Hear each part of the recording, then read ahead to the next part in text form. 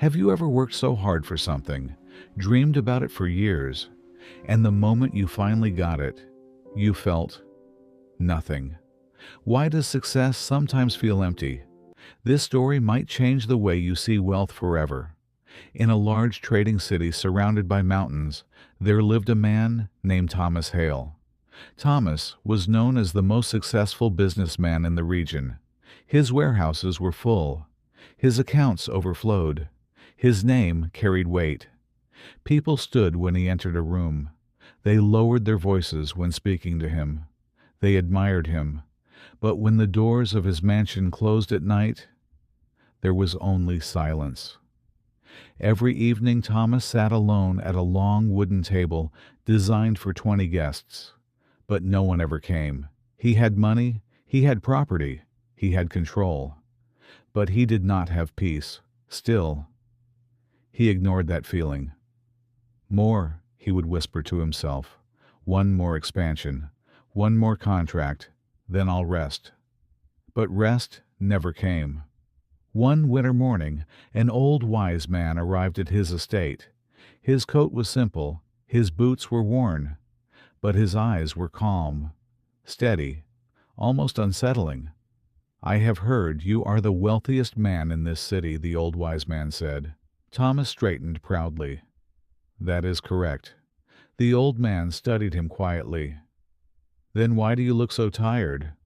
The question irritated him. "What do you want?" Thomas asked coldly. "I want to show you something," the old wise man replied.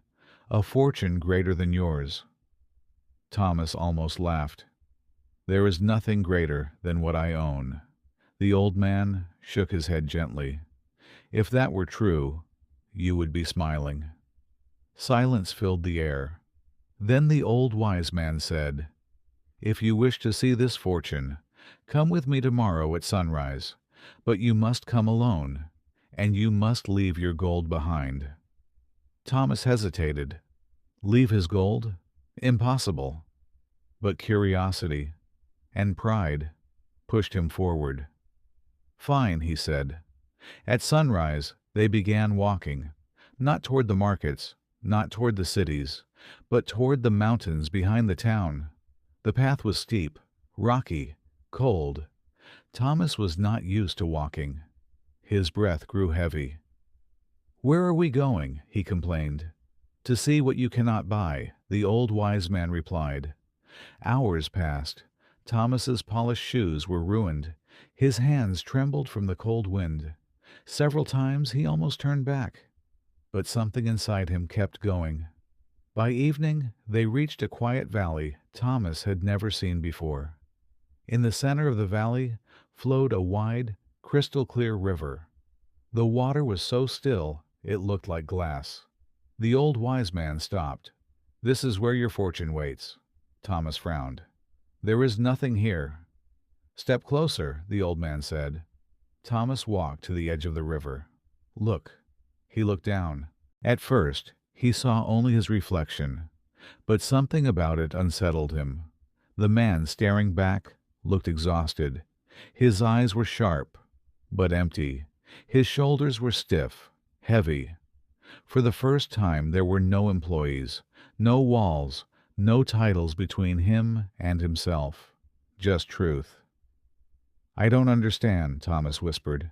The old wise man stood beside him. "For years you have been building your empire," he said softly.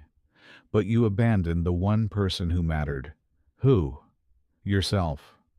The wind moved gently across the river's surface, breaking the reflection into fragments. "You chase numbers," the old man continued. "But numbers cannot sit beside you at dinner. They cannot laugh with you. They cannot remember you when you are gone." Thomas felt something tighten in his chest. "I thought wealth would make me feel powerful." "It did," the old man said, "but it did not make you feel alive." Silence, only the sound of water moving slowly across stone. "True wealth," the old wise man said, "is not measured by what you store.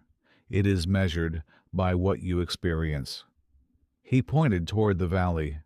"Have you ever watched a sunrise without checking the time? Have you ever helped someone who could never repay you? Have you ever done something that had no profit attached to it? Thomas said nothing, because the answer was no. They stayed in the valley that night. For the first time in years, Thomas slept under open sky. No ceiling, no guards, no locked doors, just stars. And something inside him began to soften. The next morning, as sunlight touched the river, Thomas noticed something different. When he looked into the water again, his reflection did not look as heavy. He was still the same man, but something had shifted. He felt present, aware, human. He turned to thank the old wise man, but the valley was empty. The old man was gone. Only footprints remained in the sand, slowly fading. Thomas returned to the city days later. Nothing outside had changed, but everything inside had. He still owned businesses, but he no longer worshipped them. He shortened his work hours. He reopened the long dining table. He visited the families of his workers. He funded schools quietly. He traveled without announcing it. He learned to sit without rushing. Years passed.